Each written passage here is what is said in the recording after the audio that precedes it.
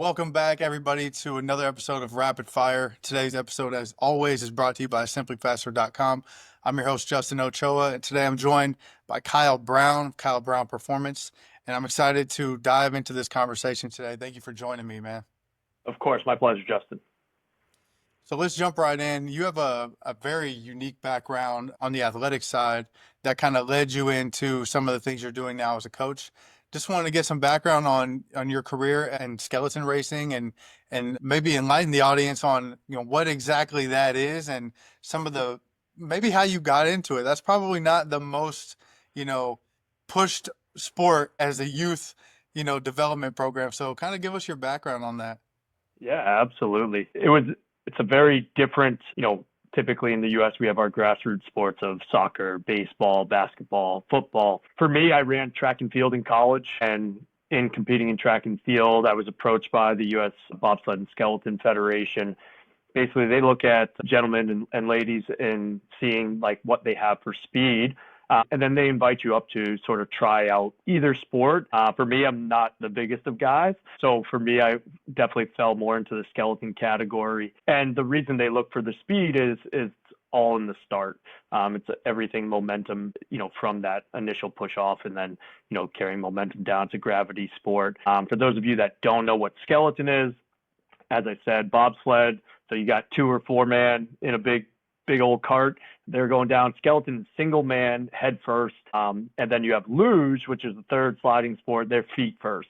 But skeleton it's about somewhere between 30 to 60 meters sprint start, bent over. Actually, I think I have a photo behind me, right, of that, where it's kind of it's a super challenging sprint position. But and then, so for me, I was recruited through college, and after college decided to give it a shot, and did their entire combine. Through the combine, they'll invite you back to do a sliding school, and from there you sort of make your way up. I had pretty quick success with it, made my way to the World Cup circuit within my first year or two.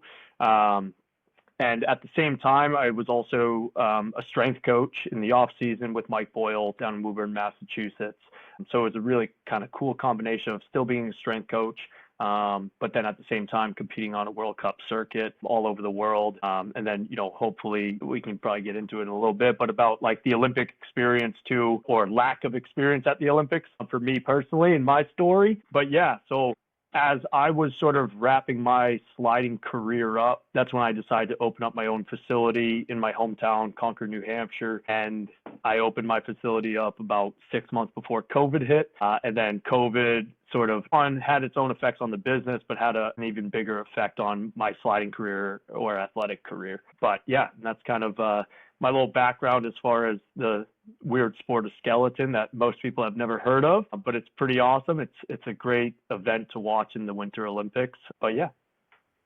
Man, I love that. That's a really cool background. Unique sport, like you said, and it always reminds me, like growing up, one of my favorite movies was Cool Runnings. And so obviously that introduced me to bobsledding at a young age. Like I'm from Indiana, so we get a ton of snow and ice, but it's not necessarily an ice sport city or state. You know what I mean? It's basketball pretty much year round here. So getting exposed to that, I was like, and plus obviously the story behind it was really cool. But that led me into like I started really like skateboarding, the street luge, like all these kind of obscure sports that were like not mainstream at the time. So, like in your own athletic career growing up, like did you know skeleton was a thing? Did you know like any of this stuff was possible? You took it to the highest level. Like when did that get on your radar? Yeah. So when I was initially approached, same thing. I had seen Cool Runnings. I knew what bobsled was. They were talking about skeleton. I literally had no idea what it was. I went back to my dorm room, jumped on and just YouTube like skeleton. And like the first thing that pops up are these guys that are just crashing and like it looks horrendous. And I'm like, what am I doing? And like I even sent like some of the videos to my parents and my mom especially. She's like, "There's no way you're doing this." I'm like, "I'm gonna give it a shot. Who knows?" But literally had no idea what it was. As far as like sort of my background, I did football, I did track and field, but then for New Hampshire, ice hockey for us is big. So I've been on the ice since, I could walk. So I was super comfortable being in cold environments and everything kind of ice related. But as far as understanding anything that had to do with that, besides skiing, I mean, that's probably the closest thing you could think about as far as like what's similar to what, sliding is. It would be something like downhill skiing, but that was about it. So it was a crazy learning curve and picking up something that is totally new in all aspects. Yeah, I've sprinted my entire life. I've never sprinted with my knuckles 2 inches off the ground. So Right. it's like, and it's downhill. So it's even weirder. But yeah, definitely that, as you said, all the conversations basically I always start with, have you ever seen the movie Cool Runnings? Okay, that's bobsled. Skeleton single man head first. And then they're like, oh, you guys are nuts. I'm like, yeah, a little bit. Got to be a little tapped. Yeah, man, that is really cool, man. So let's kind of dive into your transition from the sport into training. I know that you are doing really cool things with the Universal Speed Rating, USR, as well as the Speed Labs. And I know what's your official title with that? I know you're a major player in that realm. So kind of tell us, how did you get introduced to that? And what exactly is it? Like, if people are not familiar with USR or Speed Labs, like give us the rundown. Yeah, it's a great question. So USR, as far as like the super basics of the rundown, is it's a software or it's a platform in which we can collect data on athletes, whether it's speed, whether it's power, whether it's change of direction. And something that we've launched recently is more on the endurance side of things, especially in the sport of soccer. But it's a platform where we can gather all of these analytics and be able to go through with parents and with athletes and be able to showcase some of their strengths, some of their weaknesses, things that we can really work on to get them to that next level. That's the very basic part. Even I would say like one of the best things that the USR, the Universal Speed Rating, does is the network and the connections of like-minded coaches across the country. And my role through USR is a Speed Lab director. So we'll have, we have over 150 speed labs across the country. Every one of those speed labs has somebody that they report to, and such as myself as a Northeast Speed Lab director. I'm in charge of a bunch of different facilities where they can reach out to me if they have questions on running speed camps, how to utilize it in their business, how can they make their business improve by utilizing the software and the platform. All of those things kind of get filtered down to us as Speed Lab Direct. And that's how we can sort of, I think one of the coolest things is once again that networking aspect, but the like-mindedness of coaches knowing how valuable speed is across any sport. But what Les has created with the Universal Speed Rating is something crazy powerful. And being able to utilize this for these athletes, some of our athletes are 8 years old and all the way up until, you have the professional elite athletes. And obviously with Les and all of his combine training, you have these guys utilizing the platform, utilizing the analytics to really get that, whether you're looking at, a big increase as a teenager that's just kind of learning to run, or you're somebody that's preparing for the NFL and you're looking for 100th of a second, right? All of this is awesome feedback for coaches to be able to take their athletes to the next level. So the USR is the software, and essentially the Speed Lab is just the location wherever you are in the country that utilizes that software and the same systems. So to get set up as a Speed Lab, like what does that look like? Do I need certain equipment? Do I need a certain certification? Is there kind of a barrier to entry, or what does it look like if somebody wants to get involved in something like this? That's an awesome question. As far as getting involved, there is a screening process. When you or a facility wants to get involved with Speed Labs, there are some screening questions as far as what equipment do you currently have? Are you open to getting, lasers, or do you have lasers? What's the timing that you use? Do you have force plates? Are you using, how are you measuring power with your athletes? How many athletes are you working with? Things like that, those screening questions. To get up and get going is pretty simple in the sense of when you mentioned certifications, one of the best aspects of the universal speed rating is all the continuing education that's included with it. So as you become a speed lab, whether it's just yourself running, athletes through a performance group, or if you have other coaches, they all have access to get an actual certification to be a USR speed coach. On top of that, there's a plethora of continuing education material offered to all of the speed labs so that they can continue to stay on that leading edge in the speed or for speed in our industry. So you mentioned Les earlier, and you mentioned Mike Boyle earlier. Two major, like just two wealths of knowledge that you've gotten to learn from firsthand. And I know we mentioned you training with Stu McMillan and other high level coaches.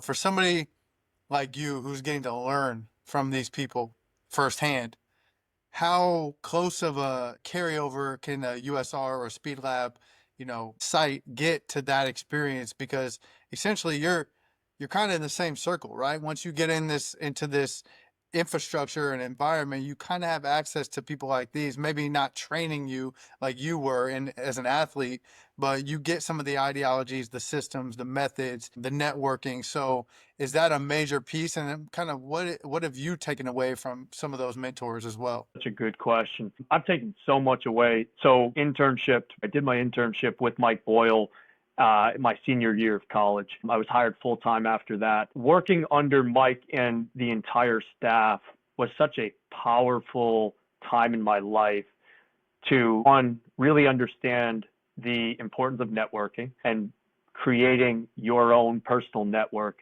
But then, two, just like legit learning from one of the best in the industry. One, from a training standpoint, but two, from a facility or running your own sports performance facility, or even if it's adult performance facility. I got to learn so much from Mike and the entire team there. I don't think I would have been as comfortable opening up my own spot if it hadn't been for Mike and all of the things that I learned from there. Most kids, when they're coming out of college, either an exercise science, kinesiology major, you ask them like, hey, where do you want to be in 5 years? I want to own my own facility. I want to do my own thing. There's so much more that goes into it that I learned from Mike and that I learned from, a couple other coaches that eventually went on to open up their own spots down the road. But one, Mike changed the game when it comes to functional strength training. And at the same time, when you look at sports performance, changed the game, especially in the sport of hockey. And obviously for us, that's pretty big around here. When it came to my awkward introduction with Les, all of a sudden it kind of turned from more of the strength training for professional hockey players and more into the track and field stuff. And same thing with Stu McMillan and BJ Cole. I got to work or be coached by Stu and BJ while I was competing for Team USA. And then as I was taking a year off, that's when we got notice that Les was actually going to come up to do some data analytics on bobsled and skeleton. I'm like, oh, shoot, like I've heard of this guy a little bit. And I literally just missed him as he was coming up to the Bobsled Skeleton Federation. And then, long story short, kept following him. And then I saw the whole universal speed rating and the speed lab opportunity. I jumped on it as fast as I could and slowly just kind of worked my way into this director's role. But with Les, the thing that I love about Les is the data is really important, but what you do with the data matters even more, right? We can measure people all day, every day, but how can we continue to grow? How can we continue to progress with our athletes? And that's where USR has taken that big step that I really recommend a lot of, sport performance facilities to really jump on this train, because there's actionable items or actionable steps. Apologize. There's actionable items, actionable steps to take to really progress your athletes in that right direction. And if you have athletes that are constantly getting better, shoot, guess what? They're going to tell their friends, or their parents are going to see that. And then it's just a great feeder system into your business as well to be successful in that as well. Yeah, man. Great points. So this kind of came up, this is kind of off the rails a little bit, but I'm thinking about your business. I'm thinking about some of your mentors' business, and I'm thinking of selfishly my business. And Mike Boyle, his business is named after him. Your business named after you. Spellman named after him. But all of you guys have grown and have staff and have been able to scale your businesses. Even though you are at the core and even in the name, you've found a way to say, this is what we do. If you come here, this is what you get. It doesn't always have to be with me. And that is something that I'm struggling with big time. Like in my own business, like I'll get inquiry and do assessments and things like that, but everybody still only wants to train with me. I haven't been able to scale it to delegate to staff as well as I wish that I could have. So, what are some tips for me and other coaches that in position? How have you separated yourself from the business enough to delegate these things, grow your trainers, grow your staff, grow the people around you enough to where when people come in, they know that they're getting the holistic thing and it's not like it's only you that can do that one special thing. It's everybody who you bring on because you brought them on for a reason. Yeah. It took years. The same thing, right? I put my name on the business because there's nothing that I could relate to more than having my name behind it. And I'm a body bag kind of guy. So no matter what, like I'm not going anywhere. Like I'm not looking to franchise anything like that. So for me, the first few years was, well, I want to go train with Kyle. Like why would I train with anybody else? I feel like that's less. For me, the first step was to hire the right people, hire the people that wholeheartedly believe in your philosophy, believe in your training routines, believe and can be, part of the team, right? I think that's the number one thing. And one thing that I've learned over the first, I've only been open for just about 6 years. So for the first couple of years, obviously we had the whole COVID thing, but, being ready to pivot and adjust when you bring someone on and it's just not working, you should be able to tell really fast. And if that's not necessarily going in the direction you want to go, it's a great time to really let that go and go to the next person as far as trying to find the right person for your facility. I think one of the major factors that I've been implementing for the last few years that have really changed my scope within my business is creating systems, right? Creating systems that you can educate your staff on that are bought in, right? So you're hiring the right people, and then you create the system that my goal is for every client. And like my mom, she's one of my clients. But like for her, when she gets coached by somebody else, I want her to be able to come to me and say, like, I feel like you were there when I was being trained, right? And I think that's one of my goals is not necessarily finding mini me's, but at least having the same thought process, having the same attention to detail or similar attention to detail, and really keeping that across your business has been a tremendous change for me. I think the other aspect that I struggled with was delegation, right?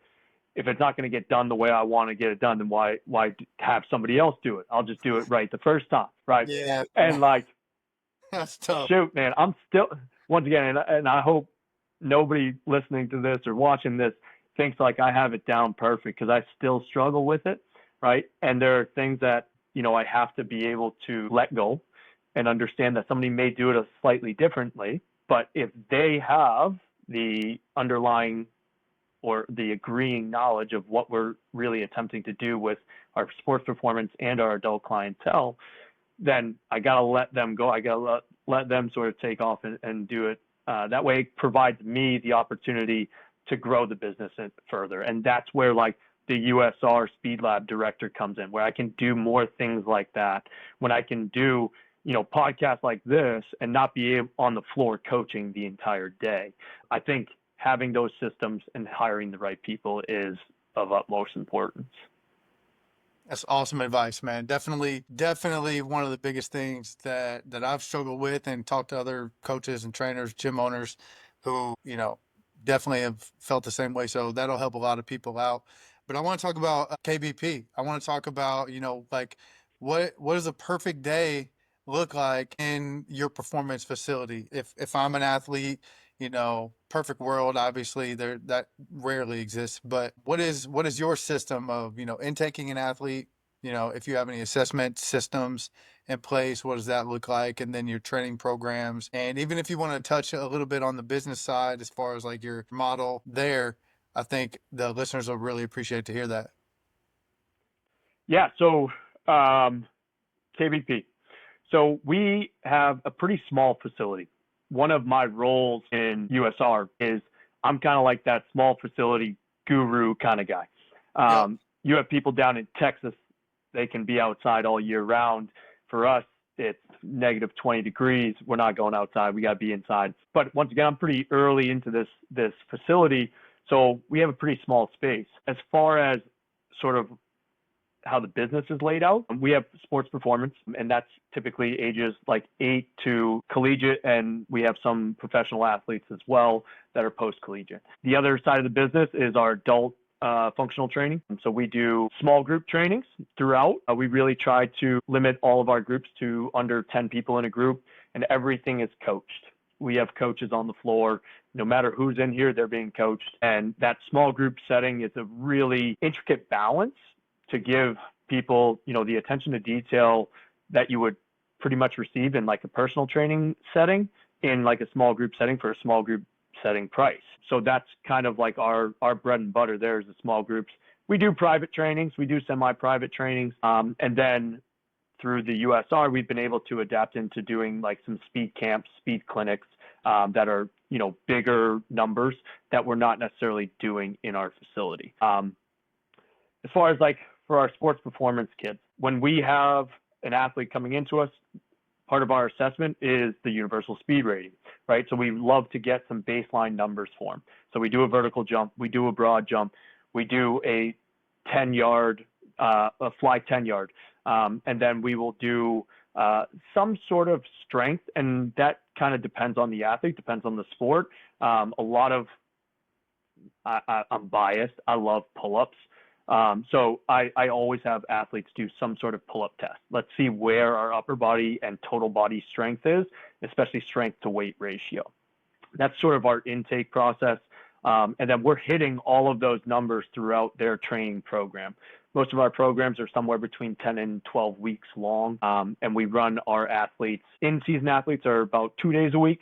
Some are 3, depending on the level. And then off-season athletes, we're running them 4 days a week. When they're coming in for a training session, all of our sessions are 60 minutes long. We will always start with some sort of mobility, foam roll, stretch, just trying to prep them, for the day.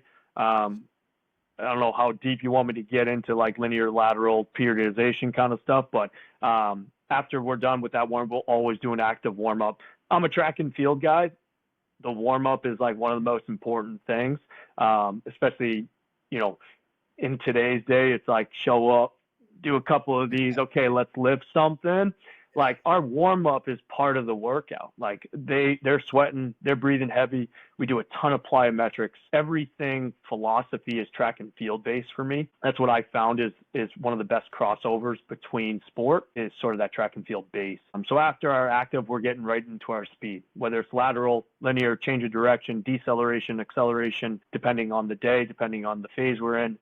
As we're doing our speed, we love to throw in a little power implements.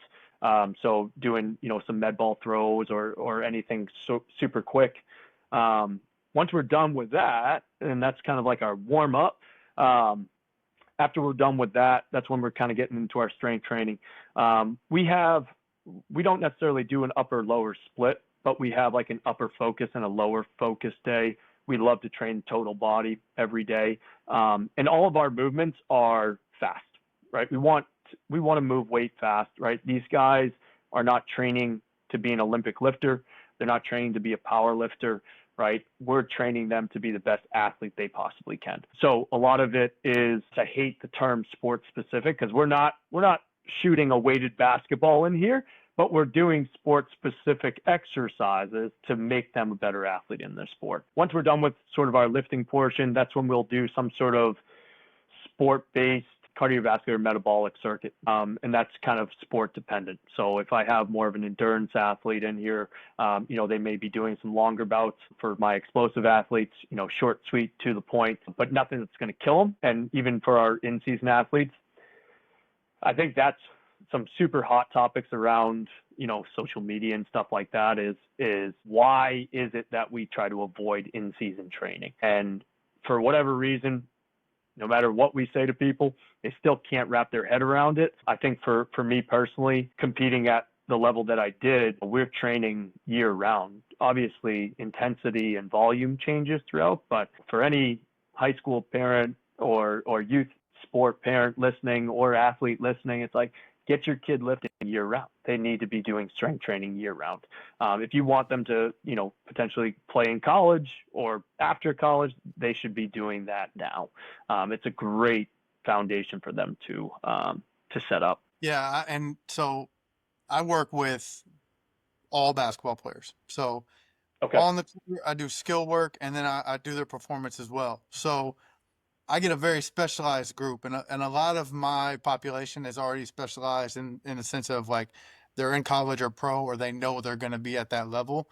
But I'm starting to get more and more young kids, and kids are starting to specialize way earlier now than ever before.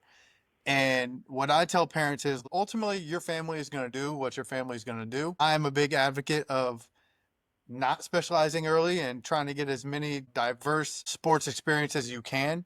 But if your kid hates other sports, or if that's the direction you go, so be it. But if you're not going to play other sports, weightlifting should be your other sport. Like that should be you're not playing football, you're not running track, you're not doing baseball, whatever. In order to get the varied stimulus that you would from other sports, you have to choose lifting weights, resistance training, speed training, because that's basically your only chance to avoid some of the overuse injuries and just the general like patterning overuse that you would get from specializing in one sport like basketball, which is probably the worst sport when it comes to early specialization. 100. I mean, on like the specialization, it kills their athletic potential, in my opinion. Yeah. When you look at the guys going into the NFL, right? You look at it, and now you're seeing guys that are going to the NFL that are competing in collegiate track and field. And Yeah. like, there's a reason they're competing in track and field. That's just part of their training. Whatever Yep. their end goal is, whether it's another sport, whether it's performance training or strength training, it's all to build up the greater good. So if you have a basketball kid who wants to go play college basketball, what else can they take from a different sport to go do that? And I mean, that's the biggest thing. Like you talk about, I never did skeleton as a fifth grader or middle school, high school skeleton. That doesn't exist, Right. right? One of the things that really built that up was one, my comfortability on ice in hockey, but then two, being a track and field athlete. Neither of those things are a specialization towards skeleton, yet I'm on a World Cup circuit traveling the world for it at some point in my life. So for these kids, it's like, it's great to have a goal of competing or doing a single sport that you love, right? If you love basketball, that's phenomenal.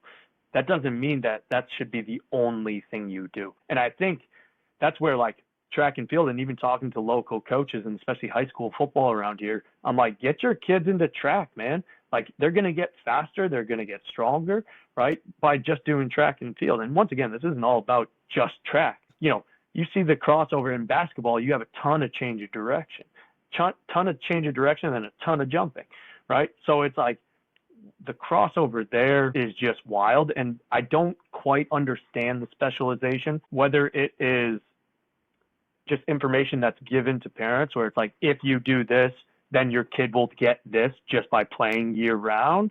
I don't know if that's necessarily happening, or if the parents are just like, I love watching my kid play basketball, I just want to do that year round. Once again, the family's going to do what the family's going to do, right, in whatever makes sense to them. But I think this specialization in sports is killing athletic potential in these kids. Yeah. And one more side note is, so the funny thing is that now that I work with high level basketball players who only do basketball and get paid to play basketball, I find myself working in other sports into their training to give them that different stimulus. Like we play pickleball for real. Like Yeah. we really compete. Like it's not a fun warm up. Like we really get after it. Spike ball. We do like boxing. We'll do gymnastics and things like that because you got to go back and fill those gaps that it worked out for them. They specialized early. They probably had some genetics and were really, really good. And, that's great. They made it. They're the 1%, less than 1%. But even with them, I have to go back and we fill those gaps with sports that we play actively and competitively to get what they lacked. And the funny thing is, kids, they don't see that. So they think, oh, I want to train like the pros and just only do basketball. But it's like, really, you want to train like the pros, go play lacrosse. Like just try it. You're probably gonna suck, but it's gonna be really good for you. And so it's a paradigm shift that I'm hoping to lead in a way, and hopefully it catches on because it's really like you said, it's killing athletic potential younger and younger with these kids. Just to jump on one thing you said, kids are afraid of failure, and kids are afraid of like hard work, right? So like, yeah, go try lacrosse. Yeah, but I'm gonna suck. But so it doesn't. It's not gonna kill you, right? It's like you get better at that. You work at it. You try to do these things that are going to improve, right? The characteristics that make you successful in basketball, right? It's okay if you're not going to be the best lacrosse player as a super elite basketball player, right? That's okay. And you get kids. I was just at a track meet last night. I got a lineman that I'm like, I need him in the 100-meter dash. I need him to do, and the lineman, no. I run 10 yards at most. I'm like, no, I want you to do the 100-meter dash. He's like, yeah, but I'm going to probably be last. It's like, yeah, but you're going to compete. And you're Yep. going to, everything that happens in that 100-meter dash is going to make you a better runner or a better, more explosive person or athlete in whatever sport it is. So don't be afraid of doing things that you suck at or that you're not necessarily going to be the best at. I think too many times we're too worried about how we look and what our stats are when we go to choose those things. 100%, man. Well, I know I told you 20 minutes. We're coming up on 40, so I want to get you to the rapid fire. Fine. This is actually so the show's called Rapid Fire. This is the first time we've ever done a rapid fire like lightning round. So you're gonna be the Okay. beginning here. So we're going like quick answers, no context, no elaboration. We'll just get through it and see what we can come up with. You ready? All right. Pick one: squat, bench, or deadlift. Deadlift. If you could only eat one protein for the rest of your life, what's your protein source? Ribeye steak. Nice. What is the number one mistake coaches are making in speed development? Just following the data. One word that describes Kyle Brown performance. Can't say that probably on this. Elite. Love it. Worst trend in the performance industry. Such a good question.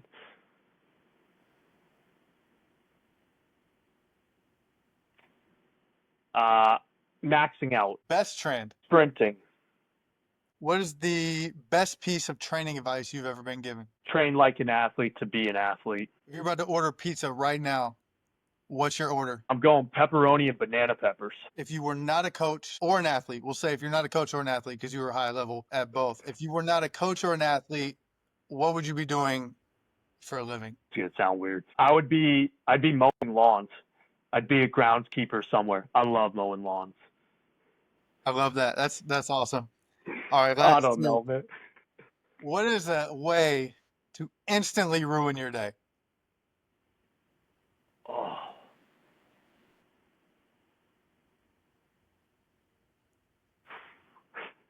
Stubbing my toe. I need to give a little context. I never wear shoes, right? I'm always either barefoot or I'm in flip flops. So dogs are out all the time, and there Yeah, are times when I will just smoke my toe on something or drop something on it. So that will ruin my day. last one. We'll end on a positive note. What's a instant way to have a great day? A good cup of coffee. I'm a coffee snob, so I love a good cup of coffee. Love it, man. First fire round complete. Awesome. Before I let you get out of here, tell the people where we can find out more about you, more about your facility, and more about the USR system. Yeah, absolutely. So my personal Instagram is Kyle Brown underscore BAA, which stands for be an athlete. And then my business's social media is KBP Training, and then our website, kvptraining.com. And then as far as the universal speed rating, right? So if you guys are ever interested in becoming a speed lab, you go right to their website. You can fill out a contact form, and then once again, going through a little bit of that screening process. But if you are a training facility, sport performance facility, and you're looking to increase your revenue and be able to kind of set yourself apart from your other competitors, becoming a speed lab is a super solid solution for that. Awesome, man. Well, it's great to meet you. Really enjoyed this conversation, and I'm looking forward to putting this out. Thanks again. All right, thank you, Justin. I appreciate your time.